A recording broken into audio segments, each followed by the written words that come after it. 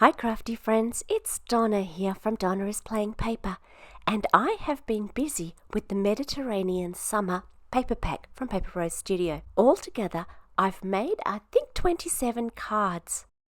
Now I'm actually going to split the video into two different parts, and the reason is that I've got two different things that I'm going to be focusing on. To start with, we're going to continue in our series of card sketches.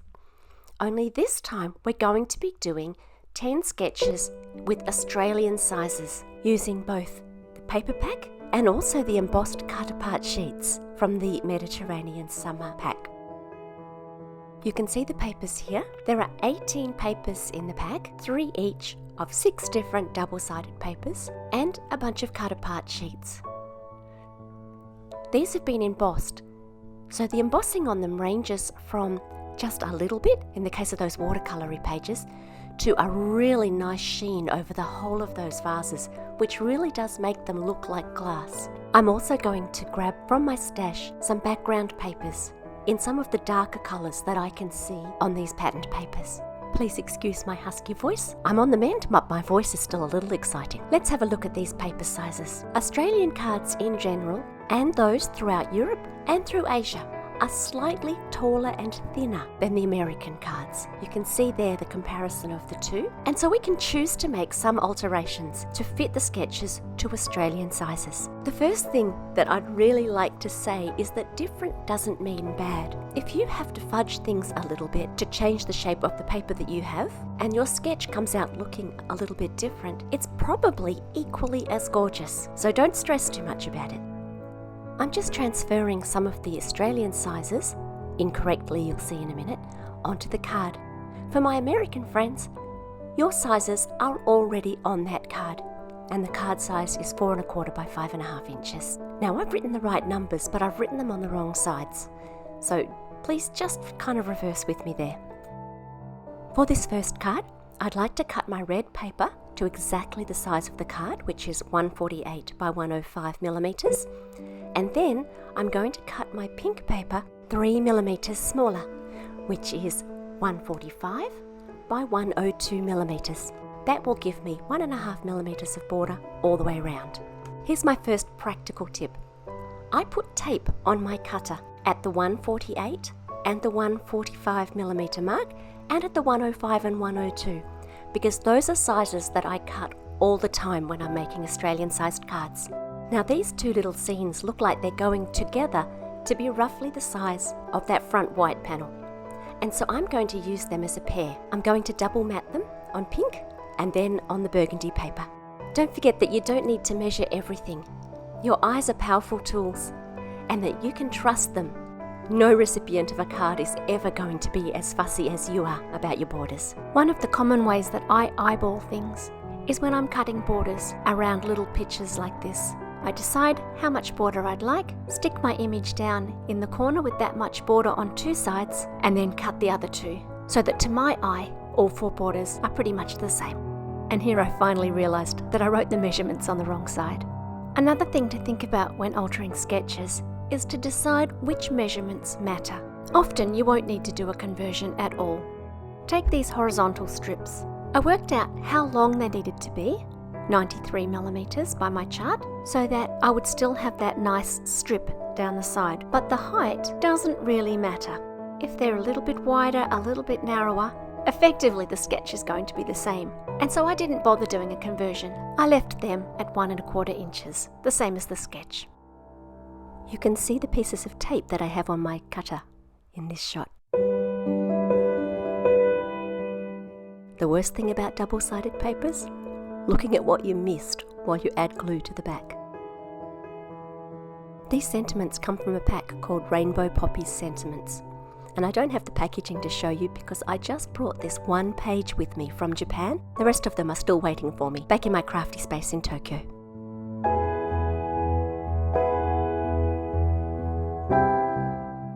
When I stick my feature panel down, the top is going to hang off the edge of my sideways panels, and it's going to flop down unless I do something to stabilise it. And so I'm using some scraps of paper to add 2 layers to the back at the top, which is the same number of layers that you see on those strips that are across the bottom of it. Now it's nice and stable, and we can glue it down.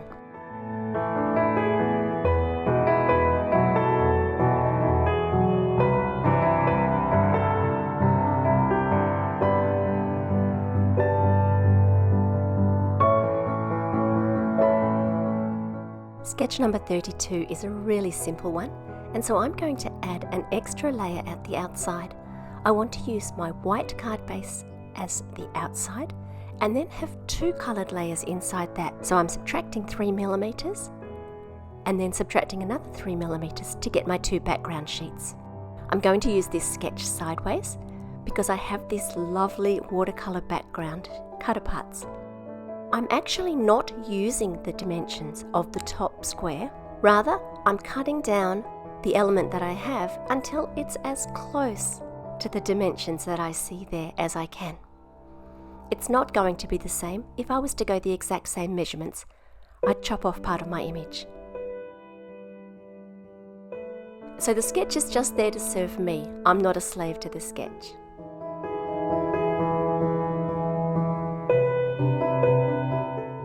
The size of this background panel is not extremely critical. It needs to be longer and narrower than your front panel. From the next card on, I'm going to show you a chart that you can use to convert the sizes very exactly so that they keep the right proportions. But for this card, I just used the same width as I was given in the sketch, but made it a little longer so that it would definitely stick out the top and bottom of my front panel.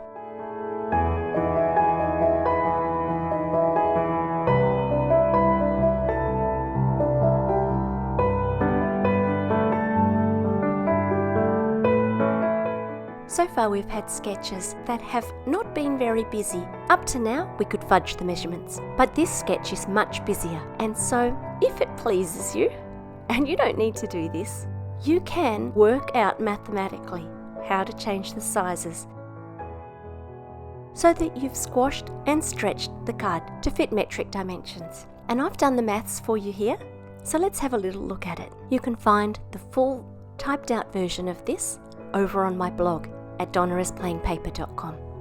Let's have a look at the long side. The long side of a US sized card is 5.5 inches, and the long side of a metric card is 148mm. If we halve that, then we would go down to 2 3/4 inches.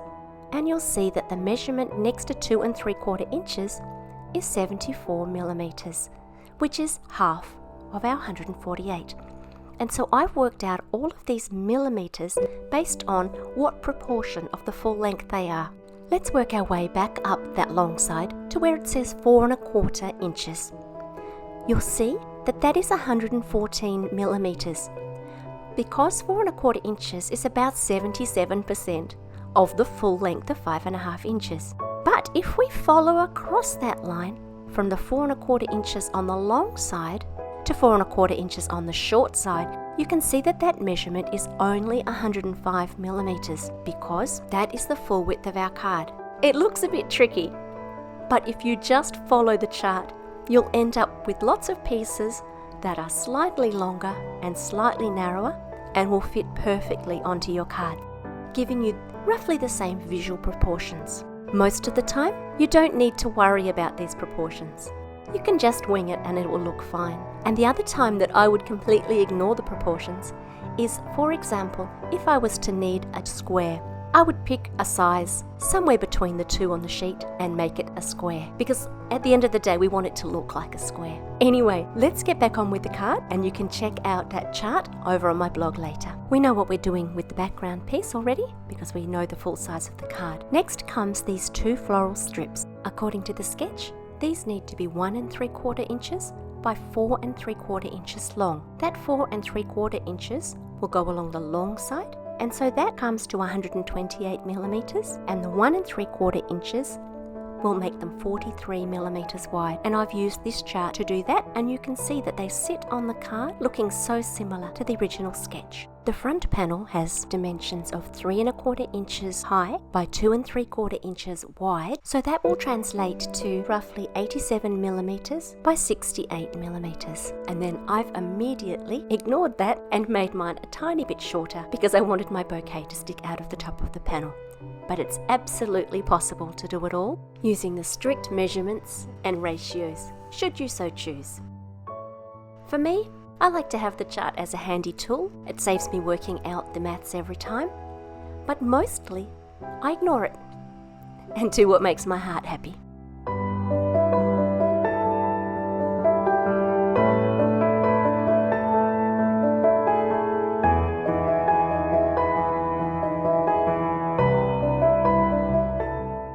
And after all of that maths, we probably need a little break.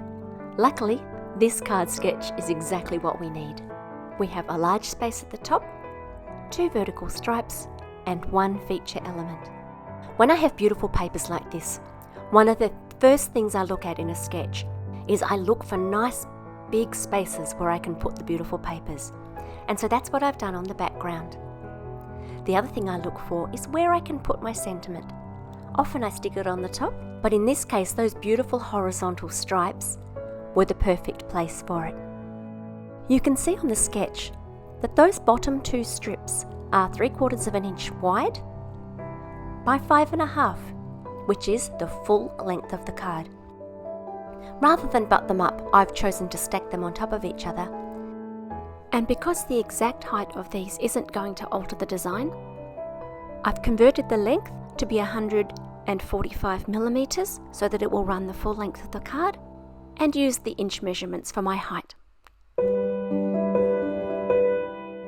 Where that heart is, of course a heart would look fabulous, but I've substituted in one of the beautiful little card parts. It's going to sit low at the top, and so I've carefully flipped that over so I can see where it's going to need the extra baking, added that, and then stuck it on. Nice and simple for this one. I have one more little practical tip for you, and that is to use a screen such as an iPad. You can take a sketch and using your 2 fingers drag it out until the height of the sketch is the height of your card, and then you can measure the heights of the other elements. And you can do the same for the width separately. I've done that in some of my earlier videos in this card sketch series, but I haven't done it in today's, but I still wanted to put it in as a tip. For this next card sketch, I got out my handy dandy conversion chart and started to write down the conversions. When I looked at that 3 3/4 by 4 inch rectangle, the millimeter measurements came out as 99 and 101 millimeters. And I don't know about you, but I called that a 10 centimeter square. That's certainly close enough for me. If you want to do the exact measurements, by all means you do you. This sketch has some of the background paper showing at the bottom, and then this lovely wide strip, and I've used the fruity paper for that. Again, I haven't been too fussy about the size of this one because it can move up or down a little bit in that front panel and it'll be fine. It's hanging off my 10 centimeter square, so of course it's going to need propping up at the back. That front white rectangle is 4 1/4 by 2 1/4, and so the long side of 4 1/4 came to 114 millimeters, and the short side of 2 1/4 came to 56 millimeters. The perfect size for this long slim vase and a little me-made bouquet of flowers from the glossy cutter parts. Once I have the flowers where I want them, I'm going to hold them together with a piece of post-it tape, and then I'll glue the vase down flat and pop the flowers and leaves up with some foam tape.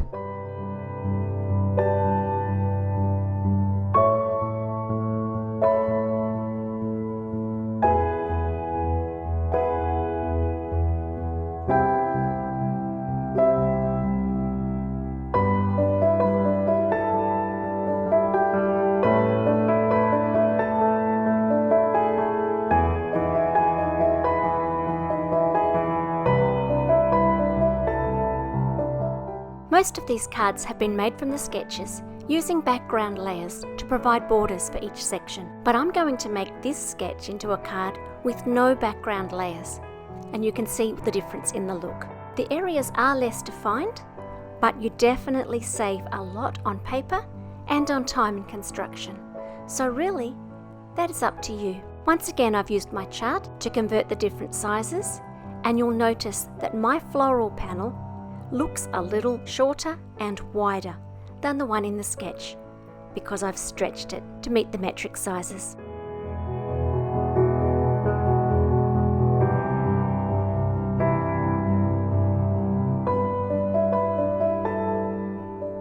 For this next card, I used my chart to convert the side and the bottom strips, but that top rectangular panel is a little differently sized because once again I'm cutting it to preserve my beautiful panel.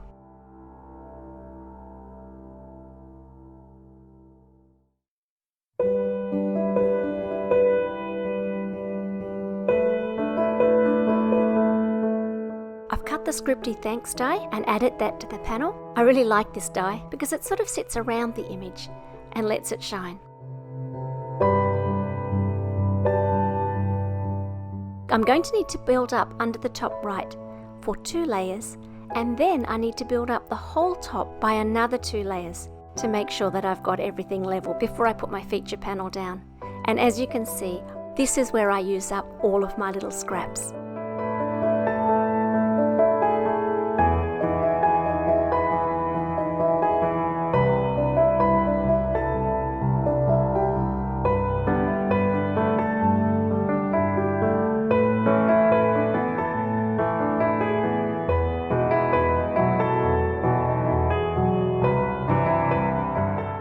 For this sketch, I've stuck with the 3 widths given in the sketch, and I'm just going to space them slightly differently. My feature panel has been cut from this gorgeous bouquet, and I've chosen a corner with a pomegranate because I do have a bit of a thing for pomegranates. I've backed that onto some beautiful burgundy cardstock, and then I'm just going to move my layers so that I have one in the middle and one sticking out slightly from the top and one from the bottom of my panel. That way it'll match the sketch.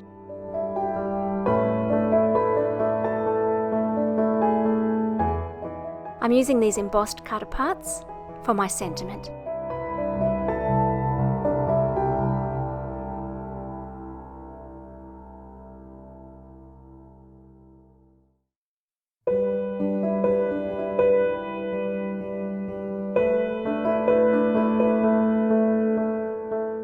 This second last sketch is a classic example of one where I used my chart for everything. It's far too complicated for me to work it out myself, so I just plugged the numbers into my chart. I've made my own bouquets from some of the flowers and leaves for the 2 side panels, and I've stamped the words "Thanks a bunch" in the middle. The original stamp has the words in a line, but I've previously done a little bit of stamp surgery on this stamp, and so it's already in 2 pieces, ready for me to stamp it on this rectangle. If I want to stamp it straight, it's very easy to put it back together, just using a little bit of spare card to get everything lined up nicely. These sketches have all come from Sandy Allnock's Operation Right Home sketches, and this is part 4 in a series.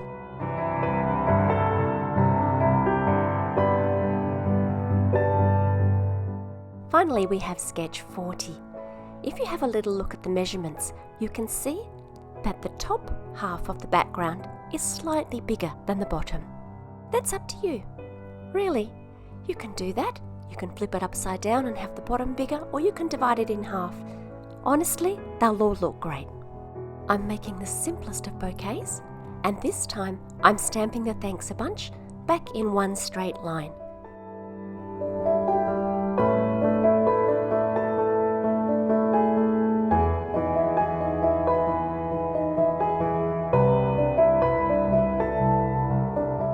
We're going to have a look now at the leftovers that I have after making these 10 cards. As you can see, I have lots and lots of those embossed cutouts left. I have a bunch of smaller pieces of paper and some whole and almost whole sheets. I also have the cover from the paper that I can use because it still has some beautiful little rectangles of patterns on it, and the cover sheet from the cutouts, which I can use as a layering piece to prop up the layers of the different cards. And that's what we're going to do in part 2 of this series. I won't be using sketches. I'll be looking at different ways to use the patterns that you have on the papers to inform your design choices, and also some cards that use the paper up down to the tiniest of last pieces. All in all, we'll end up with 27 cards. I look forward to sharing that one with you too. I'd love to know in the comments below whether just giving you the chart and some broad guidelines was helpful, or whether you would have preferred the video to slow down more and give the individual sizes for each of the different cards I made. Let me know in the comments. Feel free to give this video a like, and also to subscribe if you want to watch out for that second video. What you're seeing now is a sneak peek at the cards we'll be making. Until next time, stay safe. Bye for now.